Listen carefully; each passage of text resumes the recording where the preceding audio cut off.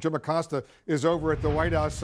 Jim, I have a copy of the letter that Kristen obtained, that CNN obtained, and it's interesting because at the bottom, the letter is written by Emily Murphy, Administrator, U.S. General Services Administration. It's addressed to the Honorable Joseph R. Biden, Jr., the President-elect of the United States, but it's CC'd. If you take a look at the bottom, among those who got copies of this letter, Mark Meadows, the White House Chief of Staff, Chris Liddell, a legal advisor over there, Edward Kaufman from the Biden team, Jeffrey Zients from the Biden team. So the White House knows about this. Are you getting any reaction at all? Wolf, we're reaching out right now, but if Mark Meadows, the Chief of Staff, has been CC'd on this, that means that the White House has been notified and this process is underway. This is the process that a lot of Americans have been waiting on for weeks now, and it appears it's going to get started now, as Kristen Holmes was just reporting. I can tell you, though, talking to a Trump advisor just a short while ago, that the writing was on the wall when this decision came out of Michigan. That the Board of State Canvassers there was going to certify the results for Joe Biden in that state. And even this latest news out of Pennsylvania, the Commonwealth of Pennsylvania, the Supreme Court decision there allowing some absentee ballots to be counted. I mean, Wolf, they were just losing over and over and over again. In the words of this White House advisor, this is the end of the road for the president. Now, in the meantime, one of the things that we're going to have to keep our eyes on, Wolf, is yes, this may be the end of the road for the president's attempts to sabotage the election, but we have not even gotten into the universe of the potential sabotage of the incoming administration. And that is obviously something that the Biden transition team is keenly aware of. They're going to be looking out for. And in the meantime, we're waiting to find out what exactly the White House is going to be saying. There's no statement yet from Kayleigh McEnany, the White House press secretary, who's been doubling as a Trump campaign advisor and spreading some of this misinformation about what's been happening with these election results. And my guess, Wolf, is knowing what we know about how the Trump team has been responding thus far, they are not going to, I think many of them are not going to want to deal with the reality of the situation over here. I will tell you, though, that there are staffers inside the White House, and I talked to a White House official about this earlier today, a Trump advisor about this earlier today, who both said that, yes, there are some staffers inside the Trump White House who are already looking for jobs outside the administration. So they know what's coming, Wolf, and this is the beginning of that process. It certainly is. This is exactly what the Biden transition team needed to be able to get very, very critically important national security information, healthcare information, in order to help them better prepare for January 20th, Inauguration Day. Jeff Zeleny is in Wilmington, Delaware. So any reaction yet from the Biden team, Jeff, to this really important news that the formal transition can actually begin?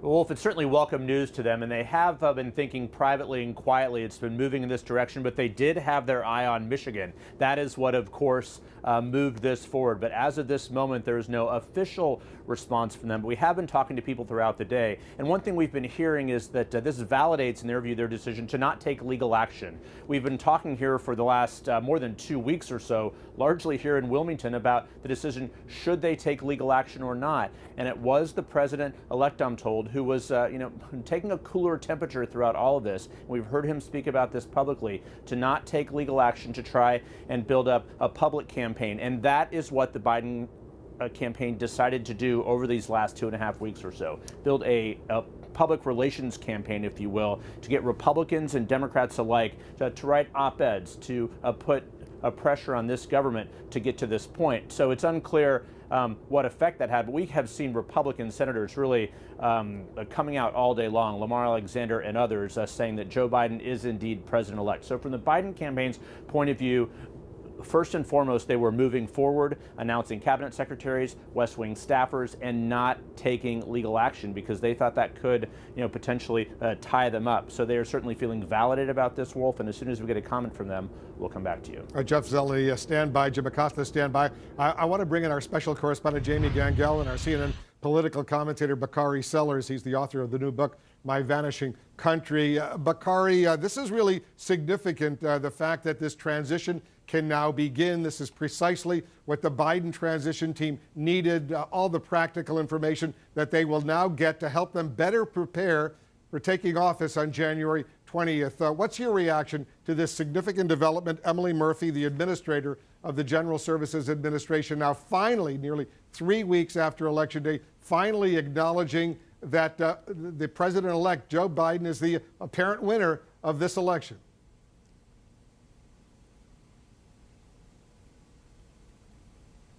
I don't know if Bagar. Thank you so much, Wolf. Yeah, go ahead. Yeah, no, I got you. Somebody was in my ear. I'm sorry. But no, my reaction is that Joe Biden has won the presidency again. And this is a big day. For anybody who thinks it's not, this is genuinely a big day. I know they're excited about it because finally the transition, it actually can begin. It can begin in earnest.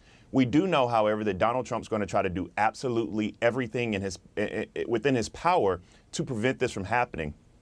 I want everybody to understand Emily Murphy in this story, she is not a hero in this story at all. In fact, this is her duty, something that she should have done a couple of weeks ago, but I guess one can say better late than never. And the final piece of this, Wolf, even more importantly, is I think that this bears out what the president-elect has been doing for a long period of time.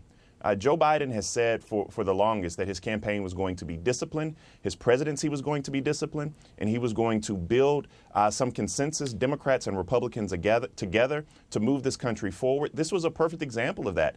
The Joe Biden presidency is not built for Snapchat. It's not built for Twitter. It's built to govern.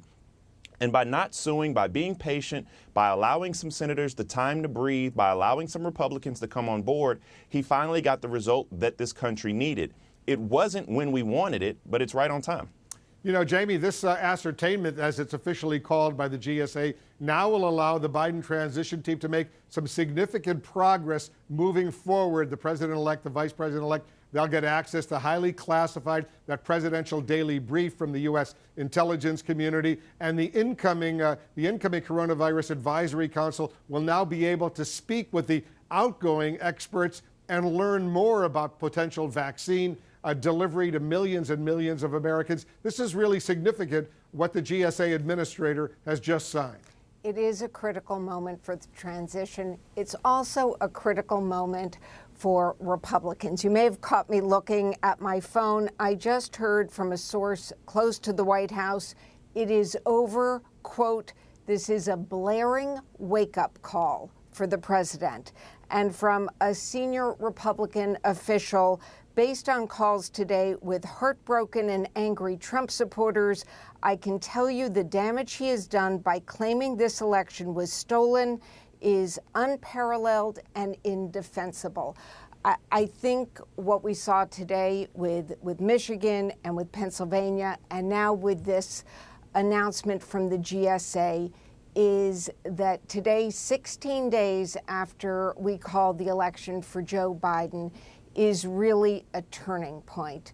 A turning point certainly for the Biden campaign, but also a turning point for the Trump White House and the Republican Party. All right, we're getting reaction from the President of the United States. Jim Acosta is joining us right now. Jim, the President has just tweeted. Yeah, no surprise, Wolf. This first reaction coming in, a tweet from the president. It says, and I can read it to you, it says, I want to thank Emily Murphy at GSA for her steadfast dedication and loyalty to our country. She has been harassed, threatened, and abused, and I do not want to see this happen to her, her family, or employees of GSA. Our case strongly continues. We will keep up the good fight, and I believe we will prevail. Nevertheless, in the best interest of our country, I am recommending that Emily and her team do what needs to be done with regard to initial protocols, and have told my team to do the same. Wolf, that is interesting on a couple of counts. One is that the president at the moment appears to be showing some openness to this transition going forward. That, I think, is of some note. This is not a combative sounding statement. It's obviously not in touch with reality when he says, I believe will prevail and so on. But he is showing some openness to this transition period starting and the GSA cooperating with the Biden transition team. I will tell you, Wolf, I just spoke with a senior White House official in the last couple of minutes who said that this news came as a surprise to some inside the building. They are learning this for the first time on CNN.